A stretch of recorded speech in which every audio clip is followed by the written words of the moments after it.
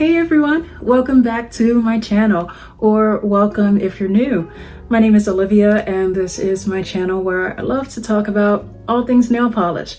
You know, it's been a while since we've talked about magnetic nail polish on here, and so this is actually not the video that I was planning on filming tonight, but as I was doing my nails, I thought, you know what, like, you know how I always show you all what's on my nails, but then I thought, like, I want to, like, not only show you what's on my nails, but also show you how I did my nails. And so today I'm going to show you how I use what I believe some people are calling the vertical velvet magnetizing technique to magnetize the nail polish that I'm wearing today. Now, first, to be clear, I am not at all claiming to be the person who invented this technique or came up with the name for it. In the description of this video, I'll post a link to the Reddit post where I saw someone do this.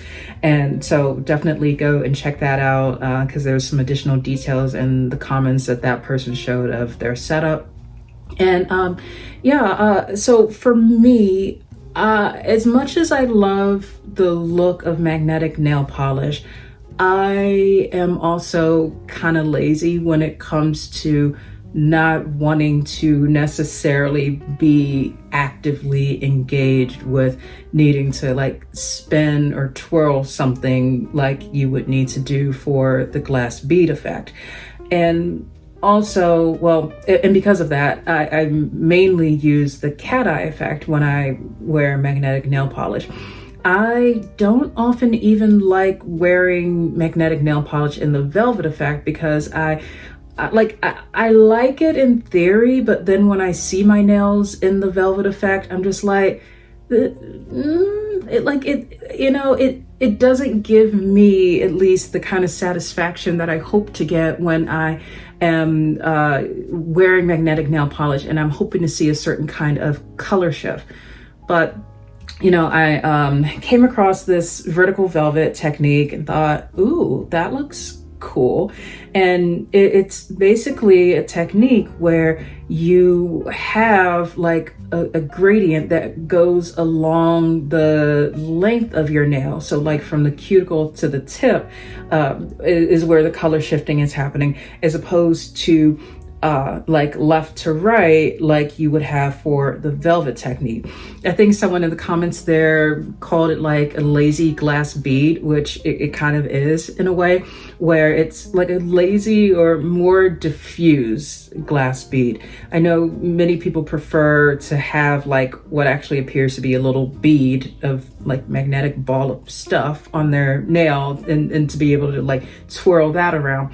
But for me, I'm like, it's also, especially as someone who I don't really wear thermal nail polish a lot.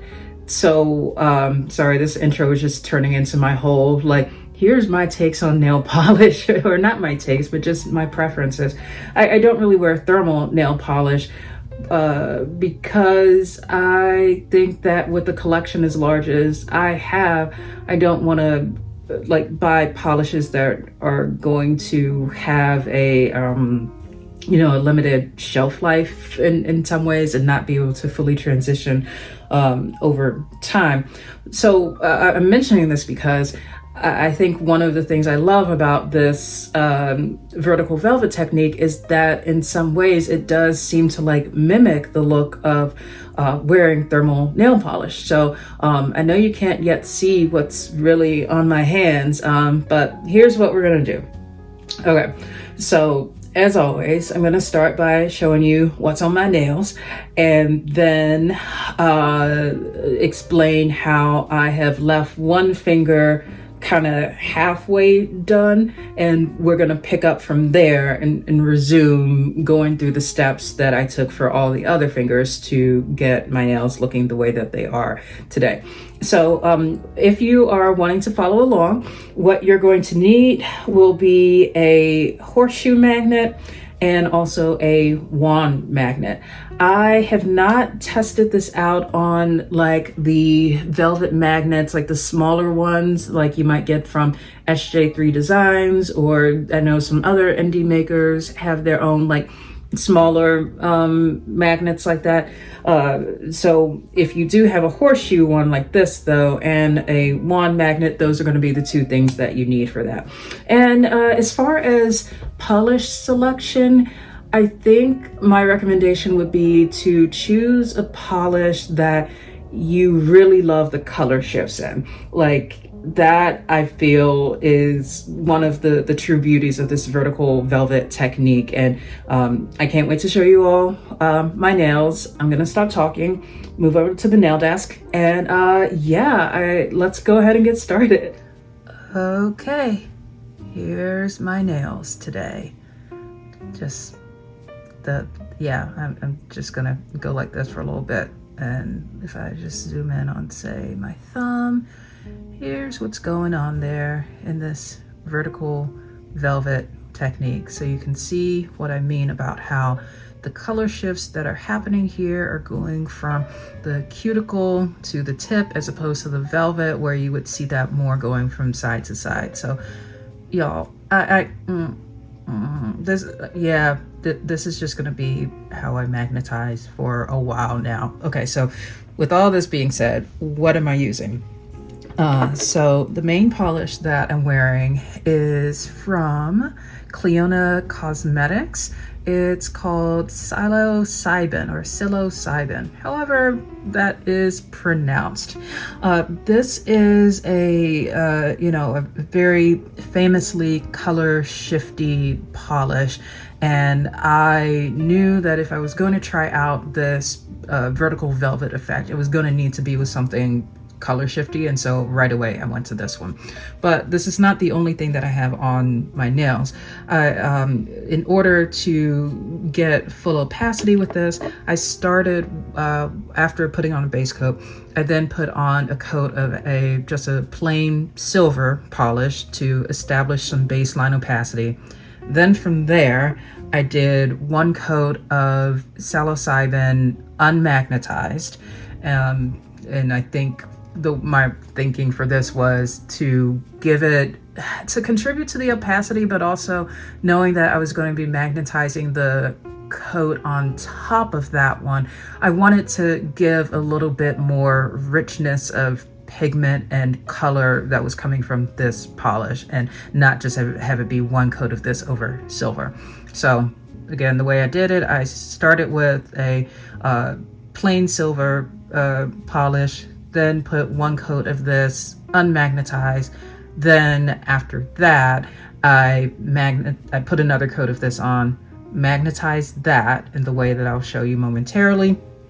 And if I take a closer look, some of y'all who are very familiar with psilocybin might be noticing, there's something else going on there. And those of y'all who've been watching my videos a lot should not be at all surprised to see that, yes, sorry, I didn't mean to make a big old thud with that, like coming in like that, my goodness.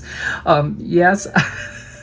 Sorry, I'm just laughing about it. It's like, it's like the equivalent of Kool-Aid Man busting through the walls, except it's like a bottle of reflective glitter just coming in with a thud.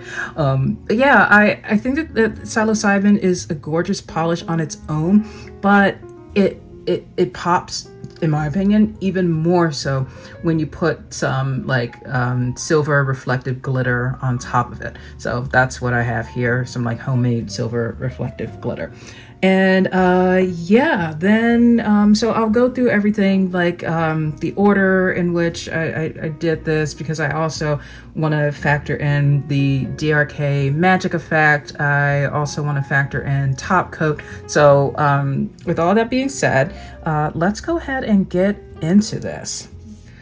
Okay, so here's the thing. Like I mentioned in the intro, I was not planning on doing this video today. So I was actually in the middle of doing my nails, and I gotten all the way over to my right hand, because I start with my left hand first. I paint my left hand first. I like start from the pinky, go over here, then pick up here and go all the way over there. And I'm like, I should do a video about this. And so we're gonna be painting on my right hand today, which is why this finger here, y'all, I can't even point to the right finger. Oh, this is gonna be a struggle. This one is like halfway done at this point. So the way that you're gonna wanna have your setup is with a horseshoe magnet, and then you take your wand magnet. And, you know, at first I was wondering, well, do I do it with like the magnet side facing in or what? Trust me when I say you will feel the way that your magnet is going to want this to go for you. So that's going to be the setup like this. And then the way that you're going to do this is that when you're magnetizing, you're going to put your finger like here. This is probably the most important part of this. Your finger is, for this vertical velvet technique, you're not going to put it in the horseshoe. Rather, you're going to rest it along the side that's opposite from the magnetic wand.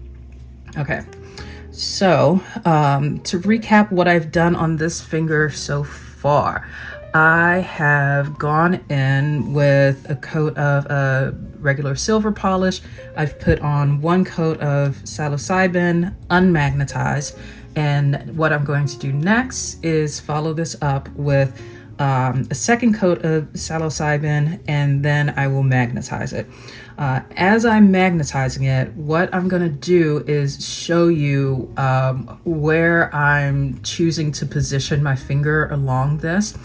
Just to kind of explain some things now before I get into it though, you kind of want to think of this edge right here of your horseshoe magnet as being the line that you're using to line things up against. In the tutorial or in the video clip that I saw in the Reddit post that I've linked in the description, I think that person was, they had it where the end of like their cuticle here was lined up with that edge right there. But then what I also want to show you is how this can vary depending on your preference, like if you might want more or less of that intensity in the color shift. Okay, y'all get to see me paint on my non-dominant hand. Woo! That was not intended to sound spooky, but it's I'm not mad at the fact that it did. Okay. I mean, I have gotten better at painting on my non-dominant hand. I definitely will need to like clean this up a bit, but yeah. And personal preference, I don't magnetize when it's, I'm sorry, I don't apply this when it's on the magnet. I prefer to apply it, you know, off to the side and then put it on the magnet. Okay, so what you should be seeing here is how at the, like from here on up, that's where I'm starting to see the color shifts happening. Now, if I move it up and down a little bit, that's where I can see how much or how little of this like orange color is picking up there. I think that for the most part, I had mine set like where the cuticle is along this line here. That seems to have given me the most like uniform kind of look there. But, you know, this is something you can absolutely feel free to play around with and see what kind of distance is going to work best for you. Okay, so also, as far as how I magnetize things, I prefer to magnetize each coat for a full minute. I know I've been talking for about maybe 30 seconds, so I'm just gonna stop talking for a bit, let this continue to magnetize, and then once it's been a full minute, or what has felt like a full minute, I will come back, do some cleanup, and then move on to the next step. Okay, so for any of you who've ever been curious to see like, hey, what's the difference between just using a magnetic polish on its own and using a magnetic polish helper, I guess we can call these, because there's more of them on the market now, like DRK Magic Effect. Here is that difference. So what you're looking for here between these two fingers, on the left, this one here, this is the one that does have DRK Magic Effect in it. On the right, this is the one that does not yet. It's just been the polish itself. What you should be looking for and seeing at this point is a difference in that, like, you know, the salmon colored area there is a lot more tightly defined on the left than it is on the right. Now, you all know me. If you've seen a lot of my videos, you've heard me say this before, but I'm going to say it again because I think it's very important to hear. I never really like to say that there's a right or wrong way of doing something with nail polish, or like when it comes to like what's better or worse. If I ever do say those things, it's always going to be in the context of what I personally prefer. So I don't want to say like, oh, what's on the left is universally better than what's on the right, because I know that there are many people who prefer a more diffused look like what's on the right. If that is you, then hey, you can skip ahead in the flow chart if there were one, and jump straight to putting on top coat and magnetizing that.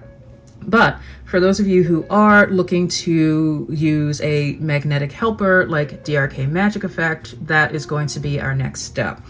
Because also, if you are someone like me who can never have enough glitter in your life, and including with magnetic nail polish, the way that, or the order in which I choose to apply these is to do the magnetic polish, like magnetize that, then immediately after that, put on the DRK Magic Effect, magnetize that, then go in for whatever kind of like glitter topper, magnetize it with that, and then finally top coat, specifically a toluene free top coat, and magnetize that. I know you might be wondering, Olivia, that's a lot of steps, that's a lot of magnetizing. Indeed. And that is why when I have to be in a certain mood to wear magnetic nail polish, that's the first thing, like a mood where I'm just chill, where I'm like, let me sit back, watch something, you know, on my iPad in front of me, and it's going to be great.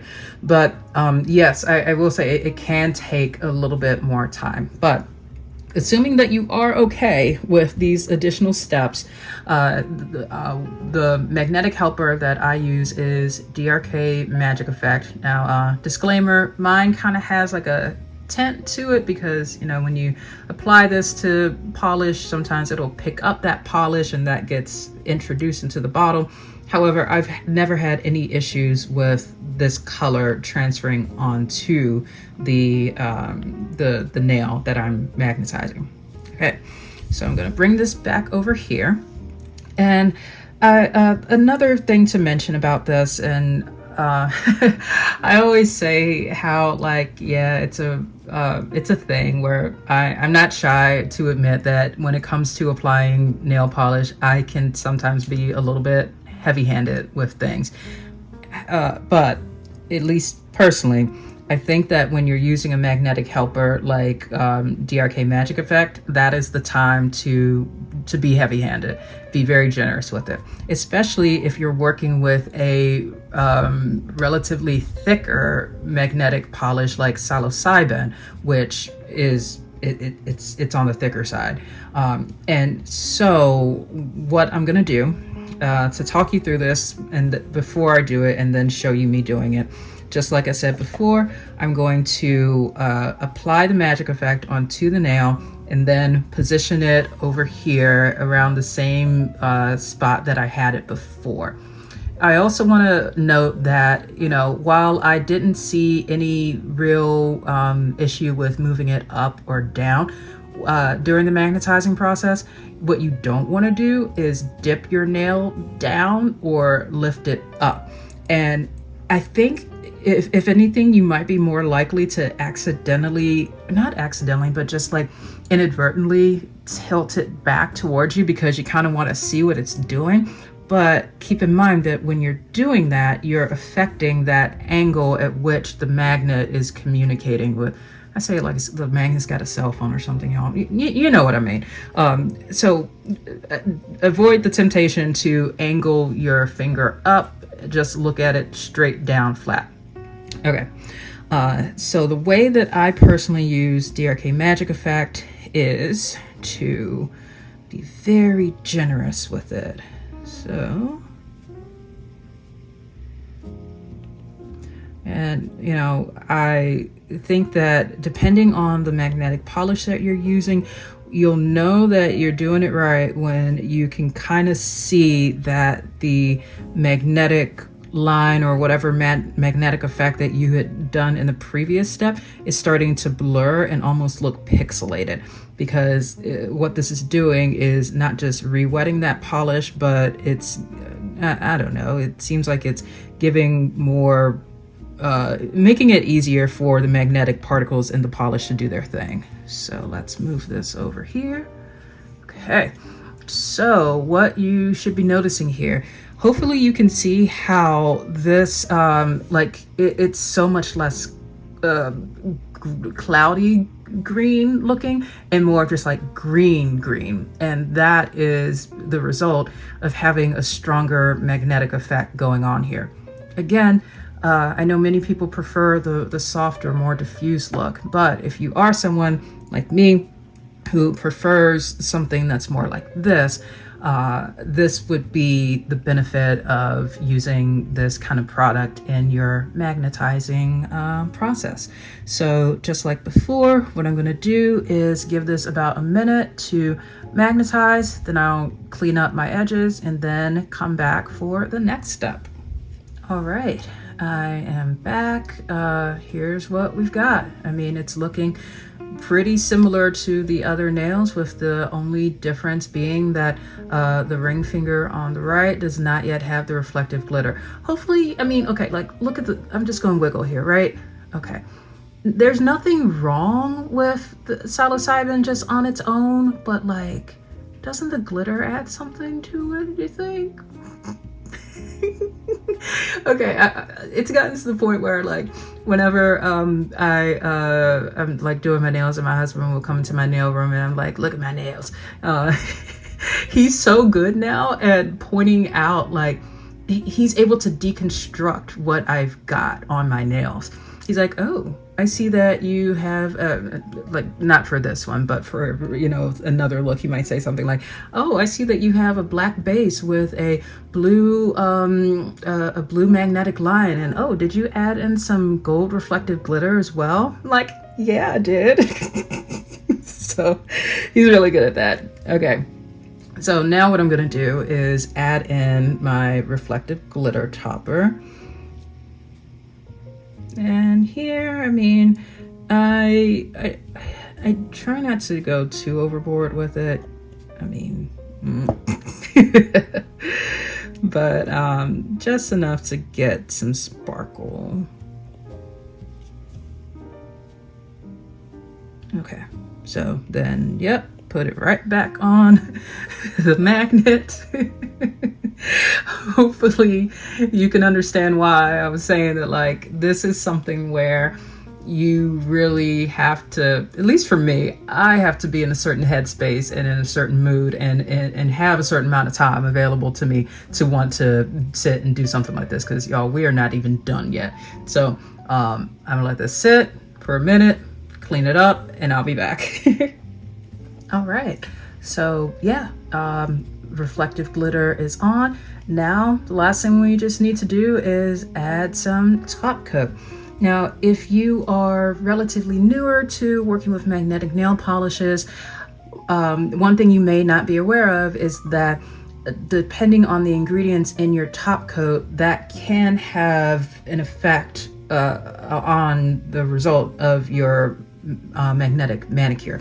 Specifically, if you use a top coat that contains toluene, that will have a tendency to make it so that whatever magnetic effect that you have applied will kind of break apart. Not literally, but like, let's say you did it in the cat eye effect, and you had, prior to putting on a top coat, you had a nice crisp line, or even just a nice diffused line if you're not doing like a magnetic helper.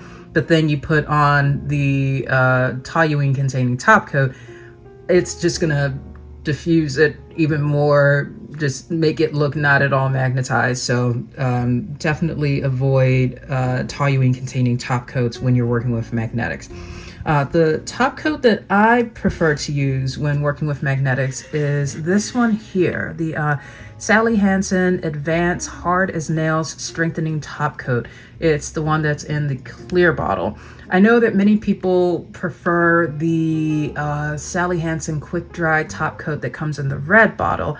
I prefer this one personally because I think that it gives me a more robust, solid feeling on my nails compared to what I would get with the one in the red bottle. It gives me, like, it dries, it's still very quick drying. It looks very shiny. I mean, it's what I've used on all my other nails here, you can see that this is what it looks like when you use that top coat. But for me personally, I prefer something that has a little bit more of like a harder drying feel to it. So if you are looking for a good toluene-free top coat to try, I recommend this one. You can get it in pretty much any grocery store, drugstore, in the nail section.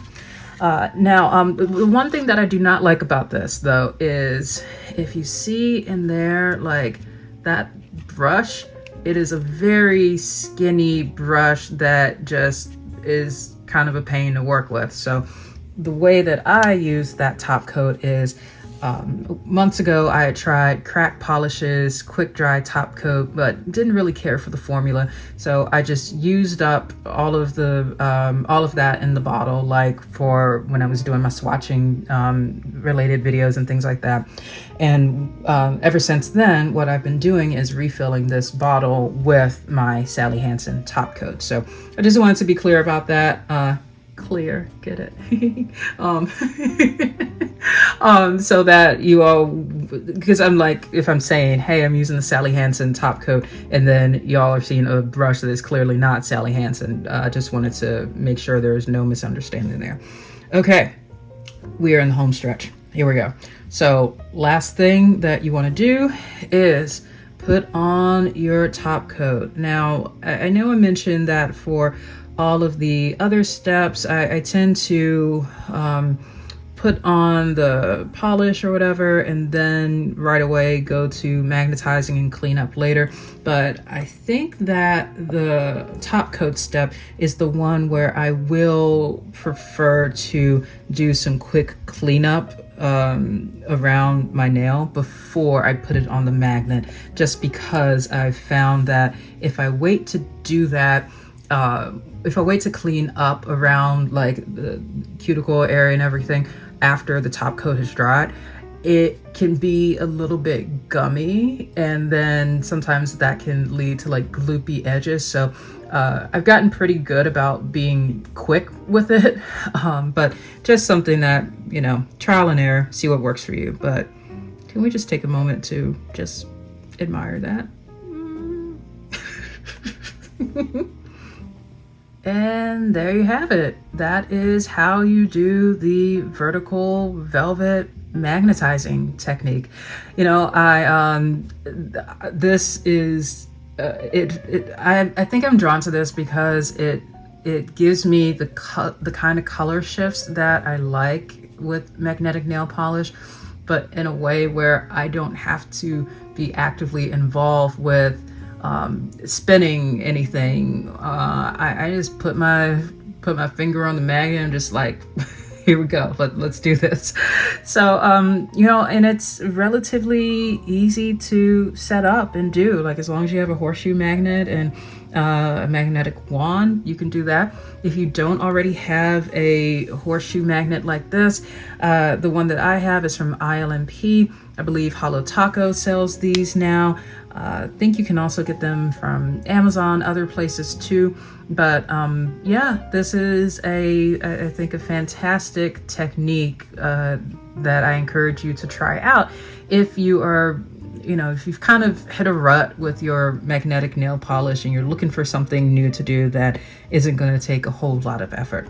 So because my nails are very colorful and sparkly, of course I need to show y'all how they look in other lighting. So let me go ahead and do that, and then we'll get wrapped up.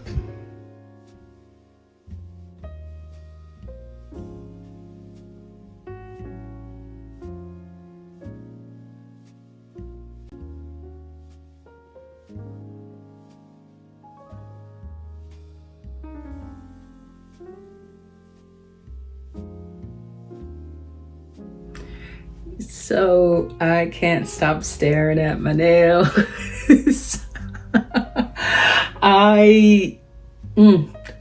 Yeah, okay. I'm just gonna be talking with my head, like when I go back to work next week, after I'm filming this on the weekend. So like if there's a day when I have a lot of meetings or something, y'all best believe I'm gonna, like the night before, paint my nails in some way that's like, so what I think about this topic is.